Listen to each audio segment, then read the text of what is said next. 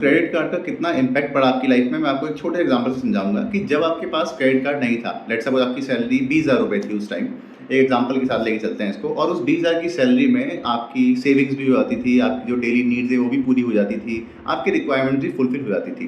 कहीं ना कहीं आपकी जो लाइफ थी वो सॉर्टेड चल रही थी। क्लास को मैच कराने के चक्कर में हम लोग क्रेडिट कार्ड बुक कर देते हैं। आपके केस में लेट्स सपोज जो आपकी सैलरी थी 20,000 रुपये, और आपको उस बेसिस पे 2 लाख रुपए का एक क्रेडिट कार्ड इशू हो गया।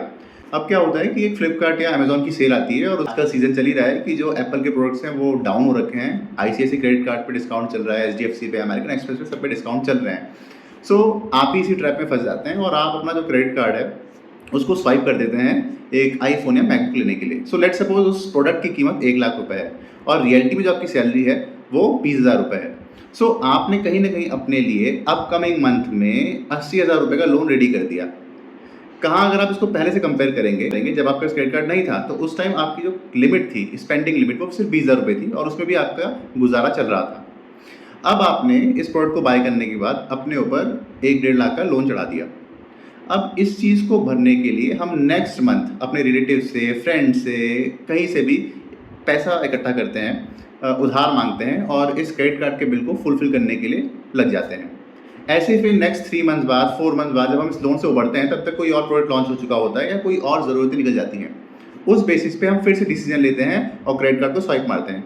दोस्तों, यहाँ पे दिक्कत क्या होती है कि जब भी हम डेबिट कार्ड या कैश पेमेंट करते हैं तो उस टाइम जो हमारी साइकोलॉजी है वो फिजिकली हम नोट को गिनते हैं, राइट। या डेबिट कार्ड को जब हम स्वाइप करते हैं किसी मशीन पे, उस टाइम बैंक से एक मैसेज आता है कि जो आपका अकाउंट बैलेंस है वो पहले 20,000 था, अब आपने 10,000 रुपये खर्च कर दिए, now you have only 10,000 left in your account. But credit card के केस में ऐसा नहीं होता है। क्रेडिट कार्ड में आप एक इमेजिनरी फाइनेंशियल दुनिया में जी रहे होते हैं। आपको लगता है कि नहीं, अभी जो क्रेडिट लिमिट है वो तो 4 लाख रुपए है, 2 लाख रुपए है।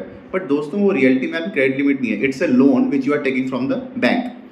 इस ट्रैप से निकलने के लिए सबसे आसान तरीका ये है कि अपनी ज़रूरत के हिसाब से आप क्रेडिट कार्ड को यूज़ कीजिए। I am also using the credit card, but बहुत ज़रूरत पड़ने पे ही मैं क्रेडिट कार्ड का यूज़ करता हूँ। मैं आपको एडवाइस देता हूँ कि अगर आपको बहुत ज़रूरत है उस केस में आप क्रेडिट कार्ड को यूज़ कीजिए, वरना कोशिश कीजिए कि जो आपकी सैलरी है या जो आपका स्पेंडिंग पावर है उसी लिमिट में अपने जो रिक्वायरमेंट्स और जो अपनी नीड्स हैं उसको पूरा करने की कोशिश कीजिए।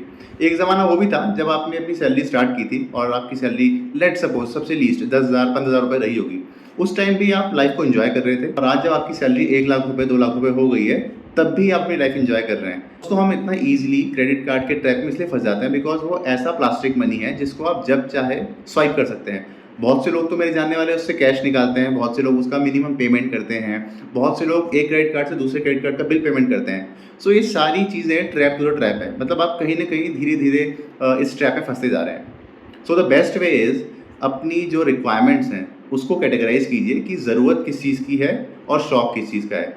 जिस दिन आप बहुत ईजिली शौक और ज़रूरत के बीच में डिफरेंस समझ जाएंगे, उस दिन आप शायद क्रेडिट कार्ड को या डेबिट कार्ड को बहुत डिसिप्लिन के साथ यूज़ करेंगे।